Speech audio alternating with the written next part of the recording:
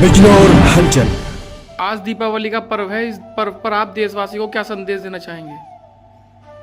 प्रजापिता ब्रह्मा कुमारी ईश्वरीय विश्वविद्यालय दीपावली का संदेश देते कि जो घर घर के अंदर दीप जलाए जा रहे थे, इसका यादगार है। लक्ष्मी नारायण जब उनका स्वयंवर हुआ था, उस समय उनको बैठाया गया था और ये रस्म वहाँ से चली आ रही है। और भक्ति मार्ग में कहते हैं कि राम सीता अयोध्या में आए थे, तब उनके आने की खुशी में दीपक जलाए गए थे। लेकिन राम सीता की तो पूजा नहीं होती है, पूजा गणेश की और लक्ष्मी की होती है। इसलिए परमात्मा ने आकर के बताया कि जब आत्माओं की ज्योति जग जाती है संगम पर, तब अंधकार खत्म हो जाता है और ज्ञान से रोशनी मिलती है, जिससे सुख, शांति, आनंद, प्रेम, पवित्रता, समृद्धि सब कुछ आ जाती है।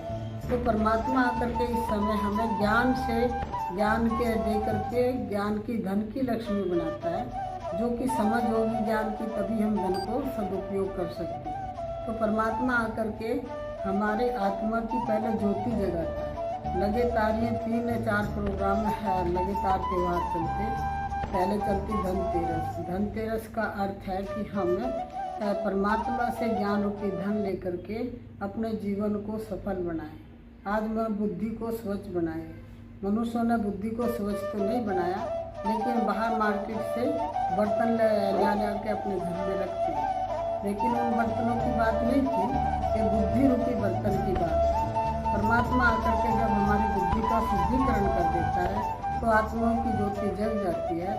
और परमात्मा आकर के जब आत्माओं की ज्योति जग जाती है, तो सच्ची सच्ची दीपावली मनाते हैं। और ये सारे संसार की आत्माएं सुख और शांति, आनंद, प्रेम, पवित्रता से भरपूर होंगी। कोई भी किसी प्रकार की कमी नहीं होगी। ये भारत पहले भी सोने की चिड़िया थी, अब फिर सोने की चिड़िया बनेगी। भारत देश महान है, भारत देश ही महान रहेगा।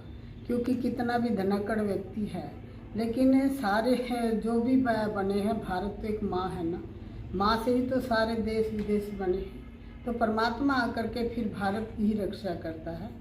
इसलिए कहते भारत माता की जय। लंदन या अमेरिका किसी को भी माँ का शब्द नहीं बोलते हैं। पहले एक ही भारत था, आदि सनातन देवी देवता धर्म था, तभी हम आज भी देवी देवताओं का ही पूजन करते हैं। परमात्मा आकर के हमें आत्माओं को जागृति देता कि आकर के अपने लक्ष्य को अपनाओ। जब अपने लक्ष्य को अपनाओगे, तभी आपके अंदर लक्षण आएंगे।